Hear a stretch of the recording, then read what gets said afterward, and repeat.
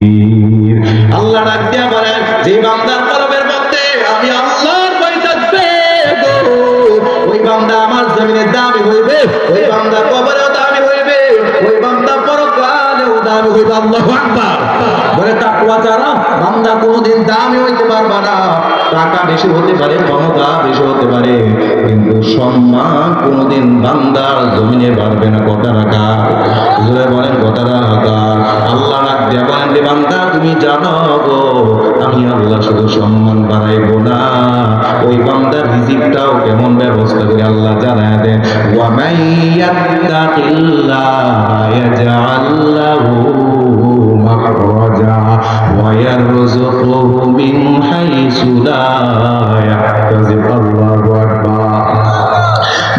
যখন বান্দা আমি আল্লাহকে ভয় করবে, ওই বান্দা রিজিকটা কেমন হইবে আল্লাহ পাক রব্বুল আলামিন ডাক দিয়ে বলে, আমি আল্লাহ ওই বান্দা বান্দিকে এমন জায়গা থেকে রিজিকের ব্যবস্থা করে দিব, ওই বান্দা কোনোদিন কল্পনাও করতে পারবে না। আল্লাহু আকবার।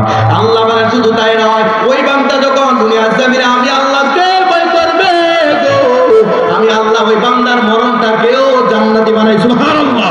ওই বান্দার মরণটাকে আমি আল্লাহ সহজ করে দে, ওই বান্দার মরণটা কেমন হয় সেটাও আমার মালিক ডাকতে জানায় দেন।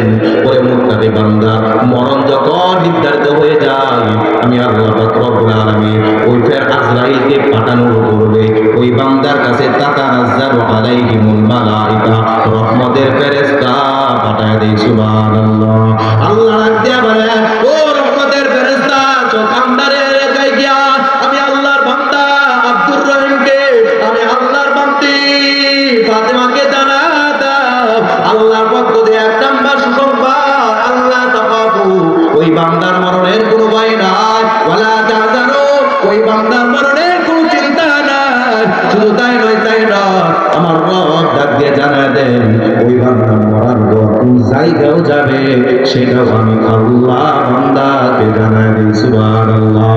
বলে বান্দা কোন জায়গায় যাইবা সেটাও আমার মালিক বান্দাকে জানায় দেন। ওয়া আবশিরু বিল জান্নাতিল্লাতী কুনতুম তুআদুন।